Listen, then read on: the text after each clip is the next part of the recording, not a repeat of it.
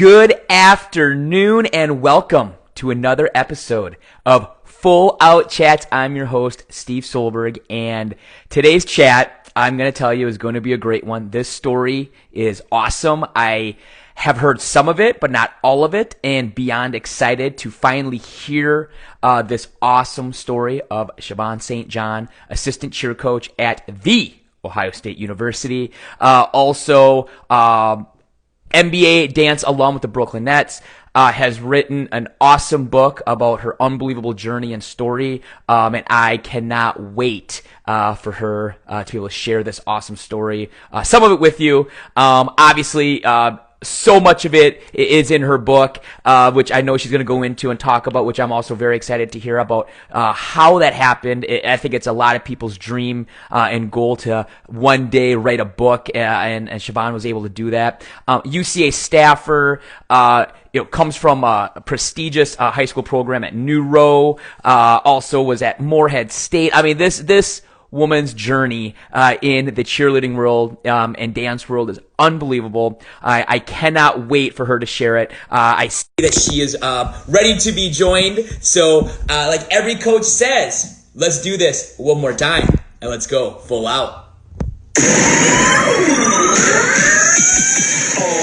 you ready? Full out chats. Do you know what time it is?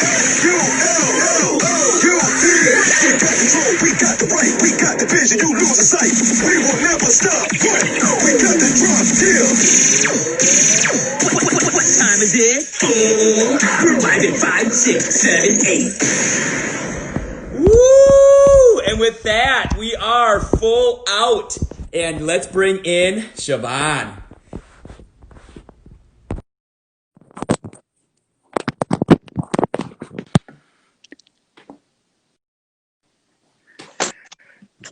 Hi. There she is. There she is. Siobhan, how are you? I am wonderful. Thank you. How are you? I am great. I am super duper excited to hear this story because I've heard parts of it. I know some of it, but I don't know nearly all of it. Like I told you earlier, I was Instagram stalking you, and then I'm like, oh, I didn't know she did this. Oh, I didn't know she did this. Oh my gosh, I forgot about this. And I'm like, okay, and then obviously the book, which was awesome, and so like we'll get into that later about how that came about. But thank you again for taking the time to be here today. And obviously we spoke earlier at our Coach's Corner episode, which was super awesome to talk about everything that was going on still today, but at the time specifically with the George Floyd tragedy and everything. And so I thank you again for that. But this is for you, my dear. I want to hear your story and how Siobhan became Siobhan that we know. And so like I ask all my guests, just please start from the beginning. Where did you grow up? What was your family life like? Did you play any other sports, things like that? And then like all of us, how'd you get in this whole cheerleading thing? Yeah, well, one, thank you. Thank you for asking me to be a part of this. Thank you for doing this platform for coaches. This is awesome. So kudos to you. Thank you. So much. You're very welcome. Yeah. Wow. From the beginning, the journey. The journey. But we only have 60 minutes. So we got to do this. So I am a native New Yorker. I am born and raised in New York, New Rochelle, New York. New Row. Yes, New Row. That is where I went to high school, and that is where I literally my entire journey began there with my family. Graduated from New Rochelle High School, and that's where I went back to after I came home from college. Went back to New Rochelle High School and started coaching there. In 2001, like the very end of 2001, but really started coaching 2002. So that's how I got into the coaching side. But I started out as a cheerleader and a dancer. I started dance first when I was about 6 years old. I started dancing tap, ballet, jazz, you name it. I did it. But my loves were tap and hip hop. Okay. So you like tap? You were a tap dancer. Yes. Very cool. Oh my gosh. Was obsessed with it. Okay. Obsessed. And then when I was about 10 years old is when I got into cheerleading. So I started dance first, got into cheerleading, cheered for my youth tackle league in New Rochelle, New York. And then it kind of just took off from there. I just kept cheering and kept dancing. and just loved it. So when I cheered in high school, my coaches at the time, shout out to Chrissy Stanionis, who was my high school coach and my junior high coach. She was awesome. But her and our assistant coach at the time, Rick Napier, who lived in West Virginia, they were like, listen, you know, you're about to graduate. What do you want to do? Where do you want to go? And I wanted to go to an HBCU. Okay. I wanted to go to Howard University. Number one on the list. Yep. And Rick, he's like, listen, you're so talented. You really need to go somewhere where you can display your talent. Cheered all girl and was a flyer. So I'm like, all right, what do you suggest? And he said, why don't you apply to Morehead State University? So I'm like, okay. I knew who they were because if you were a cheerleader, you knew. Yes, you know, absolutely. National champions, you knew. The Doan dynasty had already started by then. Exactly. And I said, okay, well, you know, I wasn't aware of exactly where it was. He was like, oh, it's in Kentucky. I'm like, Kentucky? Yeah. I don't think that's it. I was like, wait, where is that on the map? But he convinced me. They convinced me to apply to the university. I got in, got a scholarship. Okay. Tried out for the cheerleading team, got a scholarship, and my mom said, "You're going there. You're going to go there, and that's where you're going." I said, "Oh, okay. Well, I guess that's where I'm going." So that's how I ended up there.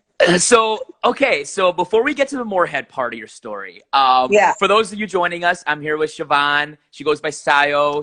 She's going into her story about her New Row days. But I first want to tell you my first interaction with New Row High School real quick. Oh, yes. Is so I was coaching a high school called Sun Prairie High School in Wisconsin, and we were a large co-ed team. And I remember New Row was out in the football field, and I'm pretty sure for like a half hour straight, all they did was work on their dance. And like that's all they did. And I had never seen high school dance that fast in my life. It was like 1 and 2 and 3 and 4 and 5 and 6 and 7 and 8. And I just like it blew me away that these high school girls could dance that fast and that crisp and that sharp. And I remember that was my first impression of New Row. It was, and then of course the voiceover is the New Row, and I just loved it. I loved it. Yes. Listen, when I started choreographing the dances, I played no games. Yeah, I know you didn't. I said, you will not have my name on this and not look correct. So I was blown away with New Row, but that is so cool. Okay, so you know of Morehead, but obviously Morehead's Morehead by then. I mean, Myron has obviously made Morehead a perennial national champion contender. And so I've had a lot of Morehead alums on the show, and I always ask this question. Your first time going to Morehead, how was that? You know, I write about this in my book, my Morehead days, but I'll be very honest. I stayed at Morehead for a semester. I lasted a semester. It was one of the greatest experiences of my life, to be quite honest, because I was exposed to things that I had never been exposed to, that I had never had to deal with. You know, coming from New Rochelle, New York, my high school was extremely diverse. Extremely, in ethnicities, in thinking, in backgrounds, everything you could imagine it was diverse in. And I graduated in 2001 with almost 1,000 people in my class. Yeah, well, wow. So going to Morehead, it was huge high school. So going to Morehead, you know, my first experience is I walk into my dorm and I meet my roommate who was from West Virginia, but just a bubbly person, awesome. And she's like, yeah, listen, I have a car. If you ever want to drive it, no problem. I was like, oh, okay, cool. She was like, it's a stick. I was like, yeah, thanks, but that's sorry. Dad didn't teach me how to drive a stick, but it was pretty much the interaction I got from others. You know, I met a lot of amazing people who were on the team, but outside of the team. Unfortunately, though, Morehead is a PWI, a predominantly white institution. And it was the first time that I had ever experienced macroaggressions in the sense of being called out of my name on several occasions. There were 3 women of color on the cheerleading team at that time. I was the only top girl of color at that time. And it was hard. It was difficult because I just didn't, the culture shock was so much so fast. Mm-hmm. You know, I'm like, I can't get anywhere unless I have a car. Yep. And I didn't. Mm-hmm. And the one night that I wanted to go somewhere, I'm like, listen, I ran out of groceries. I called up a friend of mine. Hey, listen, can you take me to the supermarket? Can you take me to Kroger? Yeah, not tonight, sis. I'm not gonna be able to do it. I'm like, oh, like, is there anything? I just need to go real quick. No, the KKK is having a rally tonight. Oh, wow. I was like, oh, I guess I just really didn't. Yeah. I knew, but I didn't know. Mm-hmm. And he said, yeah, so we can't go there tonight. Mm-hmm. And it was pretty much after that experience, and then, you know, multiple times, I'm like, this isn't for me. Mm-hmm. This isn't for me. Cheer is amazing, but this isn't for me. It really seemed like cheerleading was the only thing like keeping you alive there, keeping you going at the time. Yeah. Yeah, cheer and the friends, the core group of friends that I met, those were the only people that were sustaining me. Mm-hmm. Mm-hmm. And let me ask you that: how was it working, but cheering? I mean, even for a semester for Myron, how was he as a man, as a person? I've heard a lot of great stories, so I would love to hear just your take on him. He was awesome. Mm-hmm. Like, Myron was great. He listened. He was great at communicating. He was very stoic, like just very, he would come into practice and he was always about the business. Mm-hmm. You know, you do what you're supposed to do, you're going to get what you want to get. And he was very straightforward that way. Mm-hmm. And I just remember in order to make the mat, this is back in the day when you had to tape and you had to film over and over. Oh, yeah. Yep. And you throw tuck after tuck after tuck on hardwood floor. And that was my first experience tumbling on hardwood. Mm-hmm. And I just remember him like, listen, if you want to be a part of this nationals team, there are things you're going to have to step up in. And I was ready for the challenge. And something we teach the athletes now is to be ready, because I was an alternate, and unfortunately somebody had lost the skill that they needed, and I was next up, and I was prepared and was able to step up into that role. And as unfortunate as it was not to be able to compete, I would not change any of my experiences. So for those of you joining us, we're with Siobhan, and we're talking about her time at Morehead State and deciding to at semester then leave Morehead. Yeah. So talk about kind of, you know, the mindset of, okay, this is not the place for me. I can only cheer for so long, but cheerleading is not why you're there. You're there to get an education. Obviously, you want to get an education. So talk about kind of the mindset you were in at the time. I mean, because you're 18, 19 years old. You're young and still trying to figure things out about transferring and figuring out a new home for you. Yeah, it was easy to think about, okay, I'm just going to go home. You know, home was what I knew. So I went back to New York. My parents were fully supportive. Myron understood. You know, I communicated with him. And when I got home, that was the transition where, okay, well, where am I going to go? So I decided to go to actually a city university in New York, Manhattan. And that was Hunter College in Manhattan. But at that point, I really didn't know what I wanted to get into. So I had gone there and applied and transferred. But it was about a year into it where I'm like, ooh, I finally know what I want to do. And they don't have it. They don't have it. So had to transfer again. Okay. So I transferred to Lehman College in the Bronx, New York, which is also a city university. And that's where I actually graduated from, got my bachelor's degree in communications. Okay. And that's when I started my journey into the NBA dance world. Okay, so you just segued that perfectly for me, and I was going to ask you though. Okay, so you're not cheering in college now. So were you still dancing? Were you still what were you still doing to kind of, I guess, keep the itch scratched, as they would say? Yeah, it was actually once I came home, I called up Chrissy, and who was my former high school coach, and I said, "Listen, I would love to just volunteer and help out." And she was like, "Absolutely, come on." And that's when I went back to New Row. That's when I went back to New Rochelle, my alma mater, and started pouring into those athletes and the people that, my community, the community that I grew up in. And then she asked me in 2002 to be a part of the coaching staff. And that is where I was that entire time when I was in New York.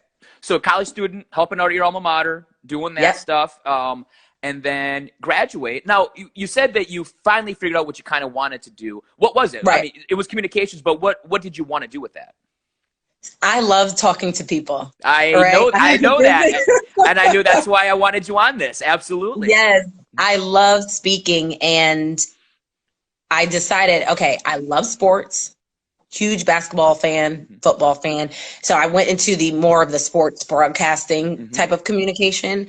So that's where my classes were geared towards. And then theater was my minor. Okay. Very cool. Okay. Yeah.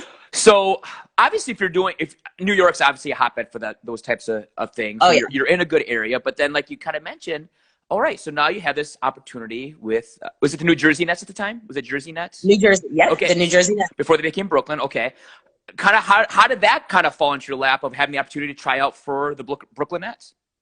Yeah, I was still in college at the time. And one of my mentors, who was my dance teacher, Shay from Rhythm by Nature, he literally called me up one night and said, listen, the Nets are having auditions. I think you should go. And at this point, I had never auditioned ever. And I knew I wanted to dance for the Nick City Dancers. Okay. Right? Yeah. I'm a New Yorker. I saw them when I was younger, and I knew exactly what I wanted to do, and that was it. And he said, listen, well, if you like it, great. If not, it's an opportunity for you to be seen and for you to kind of understand how the process works. I said, okay, great. Got it. So I went to some of their intensives prior to the audition, which was great because the new management was there, the VP of entertainment and the dance coach. So they got to see my face. I got to understand the style of dance that the New Jersey Nets did. And then I just auditioned. I just went for it. I took a leap of faith, and man, was it intimidating. A room of 200 women and only 16 spots to fill. Wow, really? Holy cow. Okay. Yes. Okay. And I'm going to assume good, talented people, all different types of backgrounds. Absolutely. And did you make it your first try?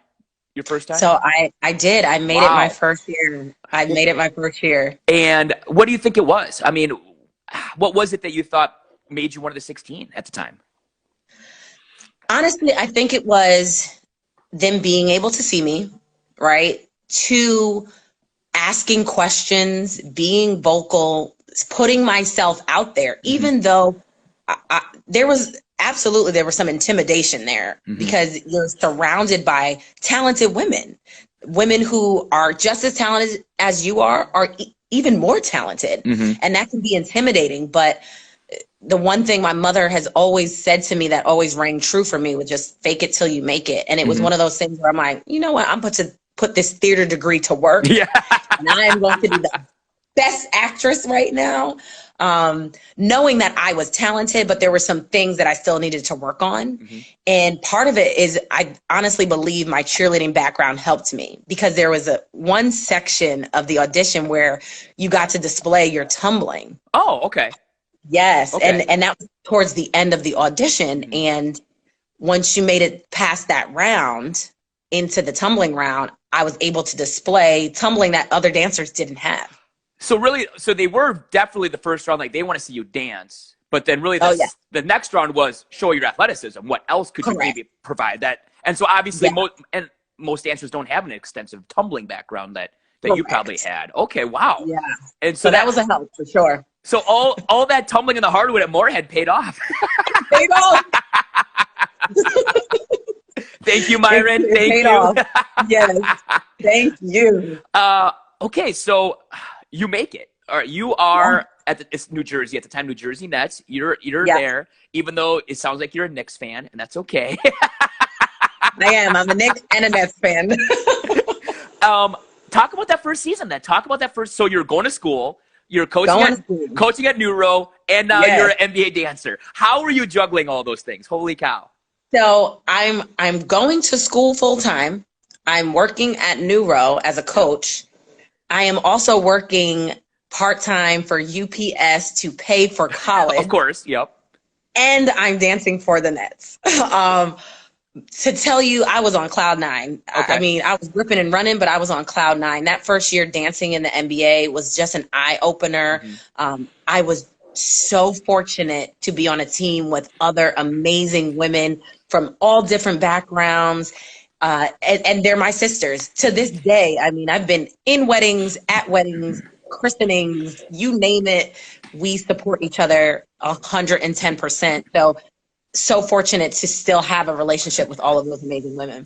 I've seen on your social media, it seems like that group, your group at least, I mean, it's not for, but definitely the ladies you danced with absolutely are still very close today. I mean, I could definitely see that, which is awesome. Yeah. So how many years did you do dance for the NBA then? I did 8 seasons. Oh, wow. I started in 2005. I took a year off. I had some personal things that happened, and then I came back to continue and was a captain for 4 of those years. Okay. So I guess for anybody that's watching that maybe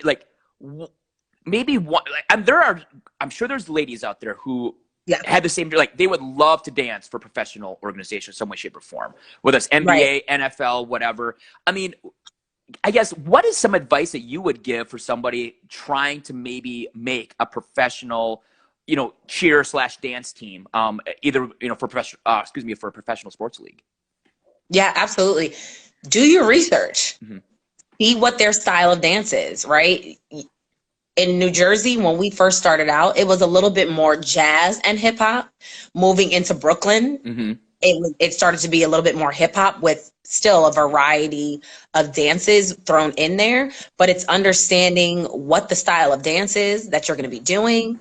It's getting in front of management. So even if there's just an intensive that you can go to and you don't want to try out yet, but you just want to see, test the waters, put your foot in there and say hello, introduce yourself, get to know ladies that are on the team, get to know the management, ask questions, because the more people can see your face, the more they're going to know, okay, this person's really serious about this. This person really wants to be a part of this organization. And then practice, go to dance classes, make sure that you're staying in tune with everything that you're going to need for that program or for that organization. It's just like what you and I do now as coaches. Stay on top of your game. Keep at it in the gym. Keep at it with dance, with cheer, so that you're prepared for that next step. So clearly, you're a good athlete, and something that as I was Instagram stalking you, trying to find pictures. Something you got into is, I mean, you're jumping on trampolines, dunking basketball style. So talk about how did this come along as part of your gig as a net? Yes. I don't even remember when it happened, but I just know our mascot at the time, Sly Fox, he did trampoline dunking, and we were just so fascinated. A few of myself and a few of my teammates, and we're like, we want to do it. Yeah. We can do this. And we just started practicing, and like one thing turned into another, and it was, oh my goodness, so much fun. So much fun. The things I've gotten to do through dance and trampoline dunking, I could have never imagined. Yeah. So self-taught. You're saying you're self-taught, basically. Yeah, and basically, our mascot coach did teach us some of the fundamentals of it. Our mascot coach at the time, he definitely taught us a lot of the fundamentals. Because I see you guys are starting to do that at Ohio State. We are. Yeah. So is that kind of your brainchild? Are you kind of helping with that, or kind of talking about that? I coach that team. Okay. That's the team that I get to coach. And it was actually brought up from when I started in 2014 coaching at The Ohio State University. Our mascot at the time, he's like, listen, we want to do that. Like, how do we do this? And I'm like, I just started. Let me get my feet, planted on solid ground. Yeah. But the athletes kept asking for it. Coach Sayo, that's what they call me, Coach Sayo. We really want to do this. We know that you've done this. We know that you can coach us. How do we get this done? And our mascot coach at the time, right now, Ray Sharp, he's like, listen, let's get this done. How do we collaborate? How do we do this? And one thing led to another, and we started it up. So I just want to say I absolutely have much love for The Ohio State University. I've told people before, it was actually the school I wanted to go to out of high school. I got accepted. I just couldn't afford it. And so being out of state. Understand? But I have now interviewed Ben. I've interviewed you. I've interviewed Ray. And I've talked to Melissa on our coaches corner. So I have literally pretty much talked to the whole staff because nothing but love for Ohio State. You guys are very good at what you do. Thank you. You're very welcome. It's so true. So I couldn't even imagine all the opportunities that you got from the NBA. I mean, talk about maybe one or two moments that just stick out to your mind when I just say, being an NBA dancer, and like one of the maybe first couple things that pop in your head as a great memory. Yeah, number one, the family, the family that I've gained 8 years dancing, and the amount of women I've been able to surround myself with, who have been entrepreneurs, who are all doing amazing things, who were not just athletes, not just dancers, but in college. Some were in professional corporate America. And just being able to have that community of family, absolutely my number one greatest thing. Number two, the opportunity to travel. I have been so blessed and fortunate to be able to say I've traveled the world. I mean, Russia, Korea, Turkey, Spain, China. I've been able to experience cultures that I've only read about. Yeah. And had only dreamt about, and then got to put my feet on solid ground, walk the Great Wall of China. I mean, the things that I've been able to experience through that have been absolutely amazing. And then all those were through the NBA? Was that through the NBA? All of that was through the NBA, through dancing and dunking. That's through awesome. Dancing and dunking. Yeah. Yeah. And even, I mean, in that photo, we were in Brazil, São Paulo, Brazil. Okay. During that time. And I believe it might have been Rudy Gay, or I can't remember who, or Paul Gasol. Okay. He was actually with us on this trip, and being able to meet NBA legends. I've dunked over Robert Horry. How many people can say that?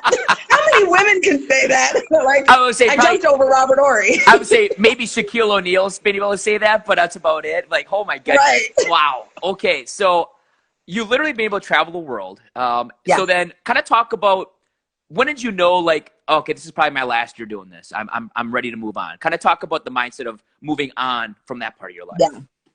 So funny thing, when I was a New Jersey Nets dancer, I was actually one of two dancers that was at the groundbreaking for the Barclays Center in Brooklyn. Okay. There were two of us. And to then become one of the dancers at Barclays Center was mind blowing. But it was in my second to last season where I said, you know what? I have accomplished. I was a captain. I had done stilt dancing. I was a captain for our dunk team. I had accomplished so many things that I wanted to do there. I had coached our Nets kids team, that I knew it was about that time to, again, let others take that space. And my second to last year, I was a little, I don't want to say afraid, because that's not the right word, but in that realm where I'm like, ooh, I don't know if I should go yet, and I don't know if I should stay. But I wound up staying. I told myself, listen, I want to go out on my own terms. I want to experience things in my own space and time. So the very last year, 2014, I knew. I had a conversation with God, and I said, listen, whatever it is you want me to do, whatever door it is that you open, I will walk through faithfully. Doesn't matter where it leads, I will walk through it faithfully. And that very last year, 2014, I got that feeling. It was just, hey, this is it. This is the time. There are some other things that I have for you, and I need you to walk through the door. And as I said to him before, I walked through the door faithfully. So we're here with Siobhan. We're about halfway through, but 30 minutes into our conversation. This could easily probably be a 2 or 3 parter. And it might be. I'll probably just say, hey, Siobhan, we should do part 2, and it'll be done. Gotcha. I gotcha. Okay. So it's 2014, you said? 2014? 2014 was my last year dancing. 2014, you were done. You've been able to dance in the Barclays Center. You've made the transition with the team to Brooklyn, which is awesome. What's next? What is next in that comes up? Yeah, so I had been working at this point. I had been working for UCA. Another great segue. Yeah. Boom. Yes. I have been working for the company for quite some time at that point, and one of my mentors that works for the company, he had asked me the year prior, "Hey, are you interested in coaching on the collegiate level?" And I said, "Yeah, actually, I think I am." Was a head coach at the high school level. I was a head coach at the junior high level. So just natural progression. And it was that summer, the beginning of that summer, about May, he had come up to me again and said, "Hey, listen, are you still interested? Do you really want to coach on a collegiate level?" And I said, "Yeah." He goes, "Well, where would you realistically move to?" And I said, "Maryland, anywhere down the East Coast, California and Texas." And he said, "Well, what about Ohio?" I said, "Well, that wasn't on the list." Wait. I gave you the list and it wasn't there. Right, maybe completely. So I responded with, I went to school in Kentucky. I had been to Ohio before. I said, "I don't really know if that's the space." And he goes, "Well, Ohio State just had their assistant coach position open up." And I said, "Well, I guess I could move to Ohio then." Yeah. I mean, it is Ohio State. Let's be honest here. Yes. Yeah. Yeah, you knew. And the minute he told me who the head coach was, Ben Schreiber being the head coach had just been hired in April. I knew. I said, well, I worked with Ben. I knew his talent, how talented he was as an athlete, as a cheerleader. And I knew how talented he was as a coach with coming from the University of Delaware and all that he had accomplished there. So I said, well, if I'm going to associate myself with something, I want it to be great because everything that I have done thus far has been associated with greatness. And it was a no-brainer. That literally the conversation I had with God, with walking through whatever door was open, this was him saying, I'm opening a door. You told me you would walk through it faithfully. Let me see if you're telling the truth. And I said, I'll apply. So I applied. Literally the night that we talked about it, I applied, and the applications closed that night. Oh, wow. Okay. So you just got it in. I just made it. I was like, woo! Just made it. Just made it. So, okay. Ohio. But Columbus is a beautiful town, a lot bigger than people know. Like, it's got 3 million people, I think. It's a big city. And obviously, being a Big Ten campus, you're going to have diversity. You're going to have, open thoughts. You're going to have open minds, things like that. Yeah. So I'm going to ask you the same question I asked you earlier. Like, first time going to Columbus, Ohio. Tell me about that story. First time going there. First time going there was actually for my interview. Okay. And my favorite mascot, there he is. There he is. That's my favorite mascot of all time. That's my guy. But the first time I actually went to campus, I'm like, wow, this is huge. I mean, the campus itself is about 56,000 on campus. And I'm like, okay, looking around a little bit. I was like, all right, this is cool. And then Ben had taken me out one night. He's like, well, let's just drive around campus so you can kind of get a feel for it. And he took me down High Street, which is kind of the main street on campus that runs into the city of Columbus. And I'm like, okay, this is cool. I can feel it. I can see myself there. And I just remember after my interviews that night, I'm in the hotel room. I'm like, man, I say I could see myself here. Okay. I couldn't prior to. Prior to, I was like, I don't know. But that night I said I could really see myself here with this university, with this program, helping to create greatness in this program, which has always been great, but continuing that legacy essentially. And that's kind of when I knew. I said, listen, this is it. I need this to be mine, please. This is the door. So you get the assistant position at the Ohio State. And I mean, it's funny. I mean, cause you have one semester of college cheerleading at Morehead, small school. Then you went to, smaller schools in this New York City. And now you're going to be dropped into 100,000 fans in the shoe. Talk about the first experience you had in the shoe in your first game.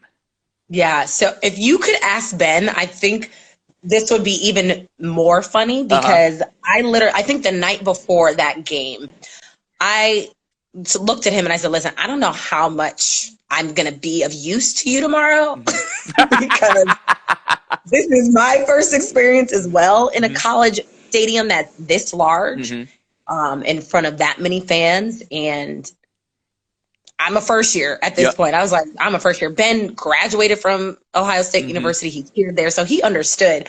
And I think the very first game when our team ran the flags out, I stood there and I was just like, wow. I was so, I said, God, thank you. That's all I could do. I stood there in awe and in amazement at the things that he had done for me and stayed faithful to. And I stood there literally. I could just imagine. I remember my first time going to Ohio State as a Wisconsin cheerleader, and then going there as a coach later. And people always ask me, like, what are your favorite stadiums? And obviously I'm a Wisconsin fan, so I'm going to say Camp Randall's up there.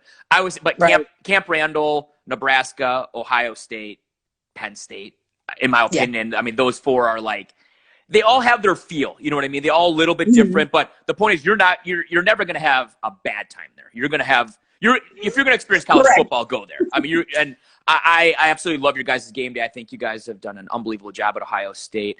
So, so now that you're there, you've learned the game day thing. Now you know what the expectations are. You kind of alluded to it, at the time, Ohio State, coming off a couple tough years in the program, and and obviously Ben being an alum, you said it best. If you're going to do it right. Yes. So talk about now the growth of your program, going from taking over helping take over this program. I mean, a couple years ago, taking second place in D1A co-ed. I mean, now you're a consistent top 5 contender at UCA Nationals. Talk about the growth of your program at Ohio State, and just, I guess, how proud you are of what you guys have been able to accomplish with those kids. Yeah, absolutely. It's a testament to the great coaching that Ben has been able to display here. With my assistants and the amazing athletes that we've had.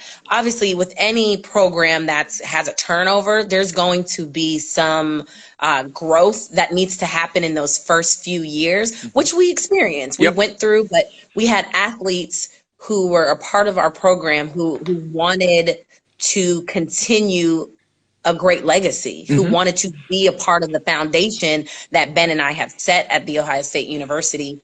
They wanted to be a part of that foundation, and they laid the bricks. That first team in 2014, when we got there, they bought in and they said, we want to be a part of this, a part of the change. And they laid the foundation, and each year has gotten better and better with recruiting, with the talent that we've been able to have, with the caliber of athlete who wants to be a part of greatness, who wants to build a national championship team.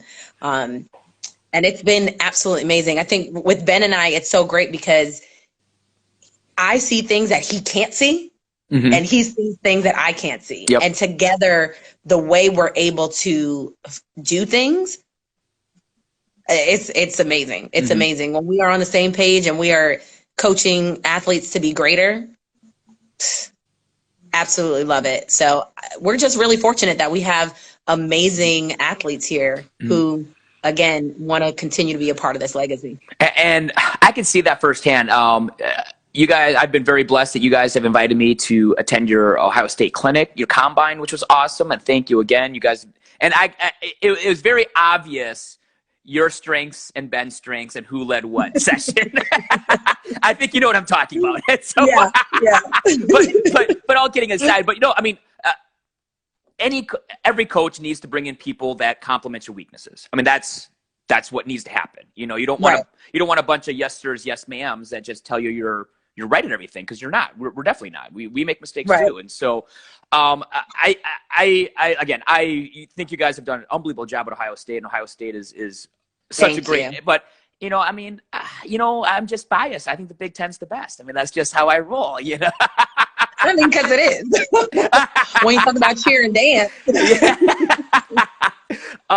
So if you don't mind, I would love to talk talk to you about just, in my opinion, I think, the awesome platforms you've been able to use to just talk about everything that's been going on in our country lately. We had like I said, we had an awesome talk. It was such an honor to have you and Sam Owens and Brandon Prince and Tony Nash and Elise and Packard and Mark Coleman. I thought it was such a great conversation that at the time was uncomfortable for some people maybe, but it had to happen. And I'm so thankful it happened. But unfortunately, we're still fighting the fight. We're still in this position that we were months ago when we talked about it. Again, but I want to provide a platform for people to talk about what they want to talk about. I just think that you've obviously been so strong through this all, and I reached out to you for things that I was dealing with, and I know that you've reached out to me, and it's been an awesome thing for all of us to help each other out. But just kind of talk, if you don't mind, just talking about kind of, how are you doing today? What have you seen?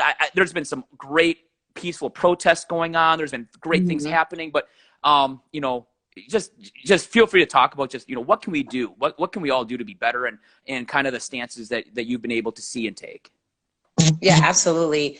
I don't think for myself, I didn't imagine me being in this space as a coach, right? And understanding that there are things that I personally have to deal with as a Black woman and as a sister of a Black boy.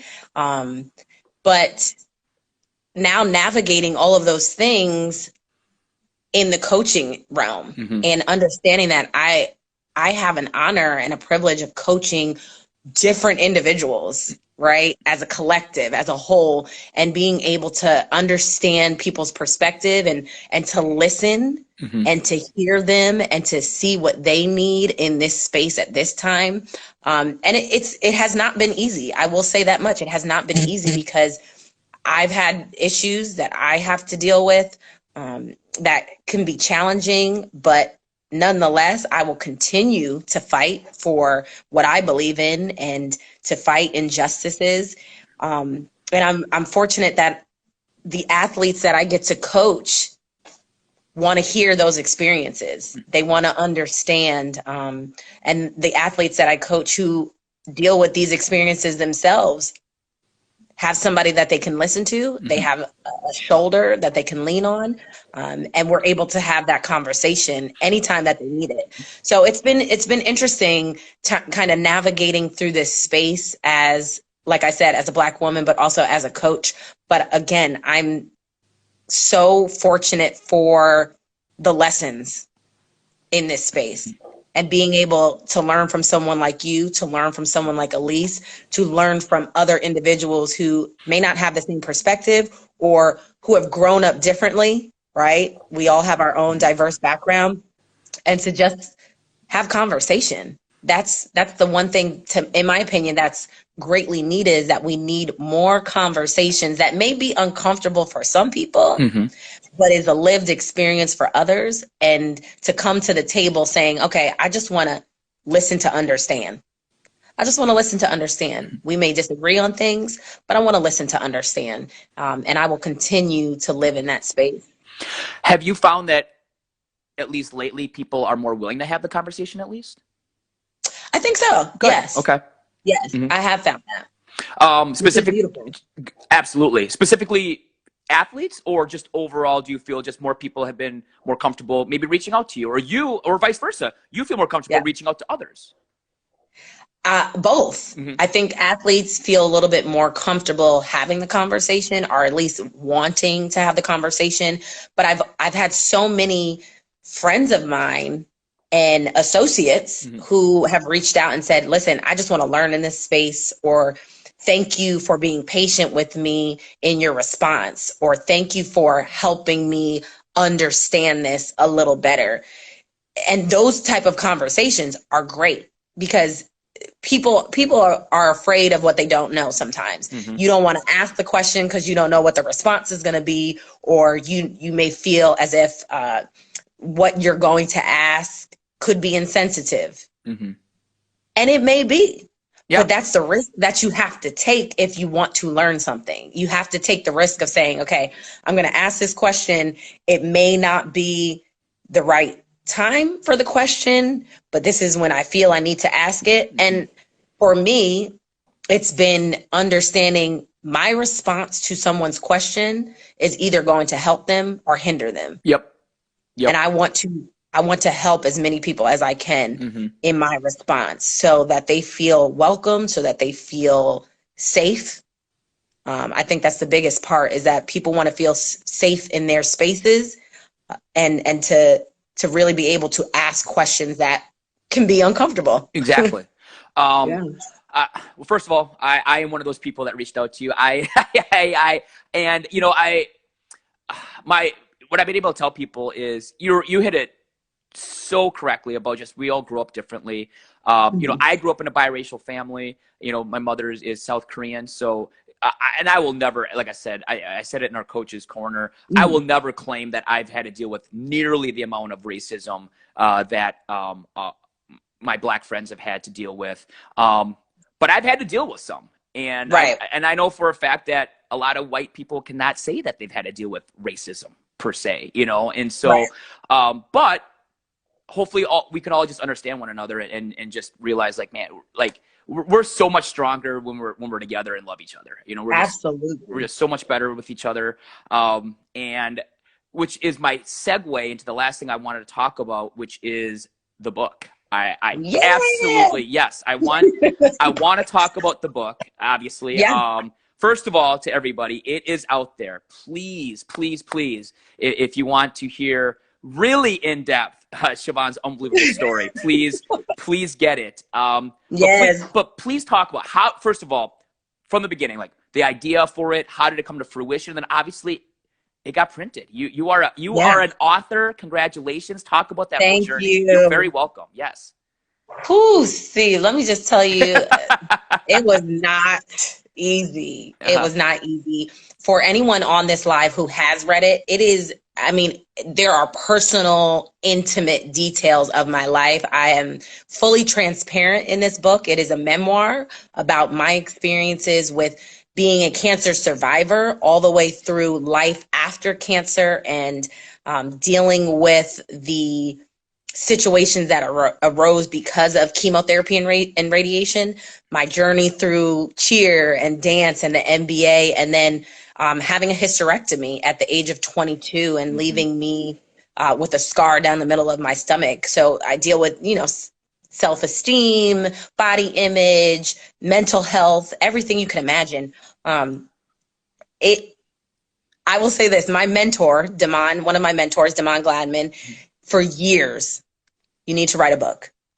You need to write a book. He kept planting the seed. You need to write a book. And I'm like, I am not telling anybody this business. Yeah. Like, this is no. And most people wouldn't. Most people would. Right. Right. You're completely right. And he just kept pouring into me. He kept putting that seed in my ear and said, you need to write a book. And it came down to the point where I said, I had already been writing for years. I had been journaling my experiences. I had been writing down about the things that were happening in my life. So I had the content, but I just didn't have the audacity, essentially, to really publish a book. And again, I had a conversation with God. I said, whatever it is you want me to do with this is what I'll do. Just tell me what you want me to do. And it was clear as day. He's like, this story does not belong to you. Someone else needs to hear this because they need it. What you've experienced, what you've gone through, the trials, the tests and testimonies is for someone else to see that this mountain can be moved. And I said, okay. I surrendered. I said, okay. And I was so fortunate. I was literally having another conversation with him one night, and I'm like, I've written stuff, but I don't know what else to do with it now. And it just so happened, I looked on my Instagram, and a really great friend of mine who owns his own publishing company and is an amazing speaker and author himself posted, I'm looking to publish the next 10 authors. Inbox me only if you're serious. And I said, oh, okay, so you're working very, very quickly here. I see. I said, I'm serious. Let's go. And that was it. I sent that message, and the rest is history. Madison and Park. Shout out to Madison and Park for publishing my book. And thank them. I want to thank them also. They were advertising this chat today to everybody Yes. about. And so, how long was that? How long was it from the moment you're like, okay, I'm going to do this, to here it is. I have the hard copy. How long was that journey?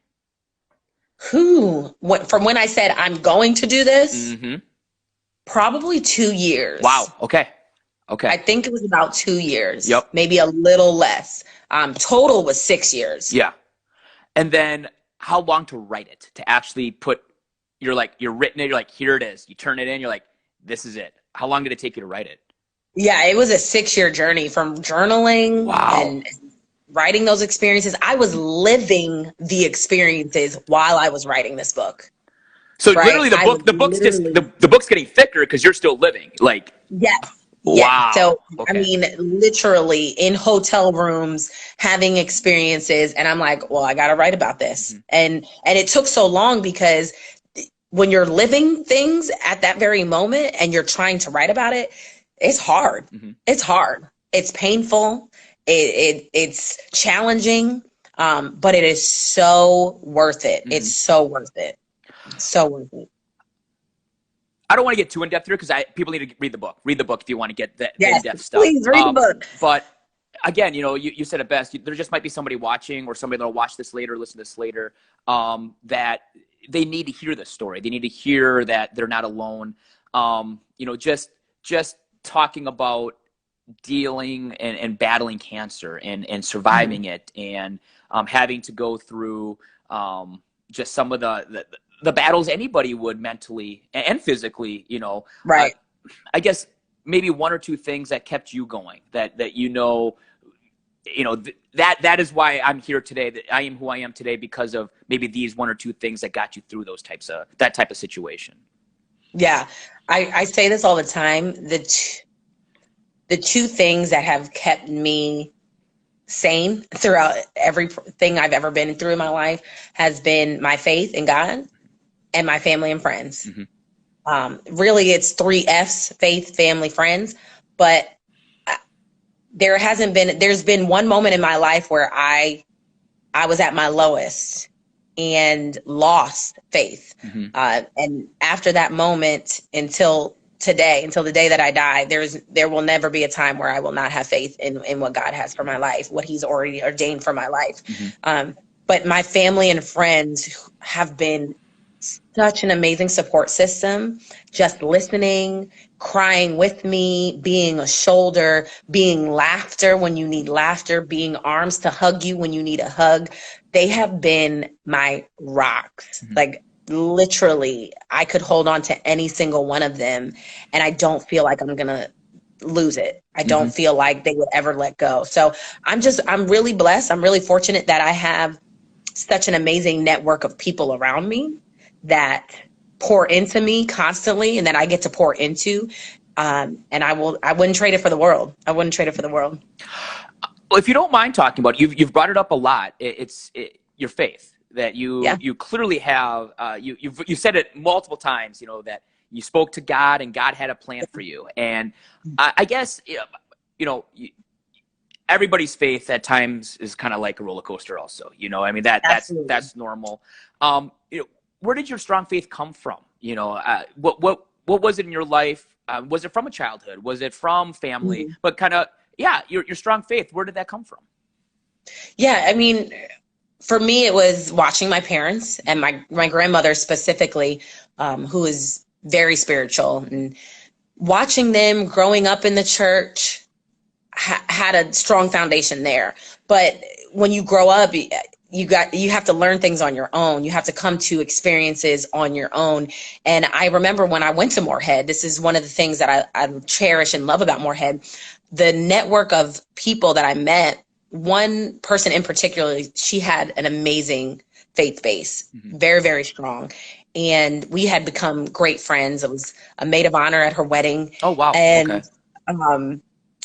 she just, was like, listen, do you want to just do a Bible study with me? I was like, I really, I believe in God and I don't know. And she goes, don't worry about anything. You just come, listen, and we'll leave. And I'm like, okay, cool. And honestly, it was her pushing me and again planting seeds that I picked up and grew. She helped me come back to faith and religion, and it's been with me ever since. And I really am so grateful for her and for God putting her in my life. But he's always been there. It's always been in my family. It's always been around. But I came back to it on my own accord when I became older. We have about 4 minutes left. So I have to ask two quick things. Number one. Yes. Obviously, we're still in the middle of this pandemic. This has been an extremely difficult time for all of us coaches right now to just to provide anything right now. How are you doing with it? And, kind of what have you learned from this pandemic and being away from something that we love so much? Yeah, it's been, I will say the beginning, difficult, very, very hard. I'm a single woman. So to be essentially quarantined, right, by yourself, it's a lot. People crave interaction. We need physical touch and interaction with one another. But I've learned that interaction can be so many different things, right? I've had an opportunity to commune with people that I didn't have an opportunity to before. I've had an opportunity to pour into the athletes that I get to coach in a different way. All of those things have been growth. It's been blessings for me. And the pandemic has helped me see, okay, listen, you can't control everything. You have to let go. Because you can't control this. And while Ben and I say that to our athletes all the time, control what you can control, sometimes you don't live by it all the time. And this pandemic has definitely taught me you can't control everything. You can control your emotions. You can control how you react to a situation. And that's about it. And I've gotten better at being able to react to things and interact with people. So I'm very, very fortunate for that. And last question I ask every guest, one piece of advice that you received that has stuck with you from the beginning, some teacher, family, coach, whatever. What's one piece of advice that has always stuck with you and something that you use to this day? It's a quote from Benjamin Disraeli, and I heard it. I volunteer for an amazing foundation called Ru John Foundation, and we do a dance clinic in Jamaica, amongst other things. It's a sports camp. And one of the women there, while she was talking, said this quote from Benjamin Disraeli, and it was, the greatest good you can do for another is not just share your riches, but to reveal to him his own. And it has always stuck with me. It's part of the book. And as a coach, as a person, the greatest good that I can do, although I get to share my experiences, is to help someone else figure out what theirs are, what your gifts are, what your purpose is. That's the greatest good that you can do for somebody else. And I am so thankful that I get to pour into athletes and people every day for them to discover what it is that they want for their life. We have 1 minute, so I just want to say thank you for this awesome talk, my friend. It was awesome. Real quick, if people want the book, where can they get it? You can get it on Amazon.com. If you would like an autographed copy, you can get that at SiobhanSt.com. I'll see if I can type that in here real quick, but I'll put it. I'll put it in the post when I post it. I'll put it in there. Oh, perfect. Yep. Oh, well, there we go. So you can get it on either platform, Amazon or SiobhanSt.com, if you want an autographed copy. Gosh, I knew this was going to be a good one. I just knew it was going to be so much fun. Siobhan, thank you. You are amazing. The story's awesome. Again, I just wanted to give people a taste of it so that they go buy that book and really, really learn about you. I wish you nothing but the best. I hope we get to see each other again soon. Yes. I love you. Stay healthy and stay safe. Yes, thank you. Thank you so much, Steve, for your gift and this platform. You're Appreciate welcome. you. Thank you, everybody. Siobhan St. John, assistant cheer coach at The Ohio State. Thank you again. Thank you all for tuning in. I hope you enjoyed it. It will be up on our YouTube page and as a podcast here in the next week or so. We are back next Tuesday. And like every Monday, I will post to let you know who that is. But again, next Tuesday, 1 o'clock, we'll have another full out chat. Thank you all again for tuning in. It was an awesome one. It'll be here on Instagram TV here in a few minutes. Stay healthy. Stay safe. Have a great day.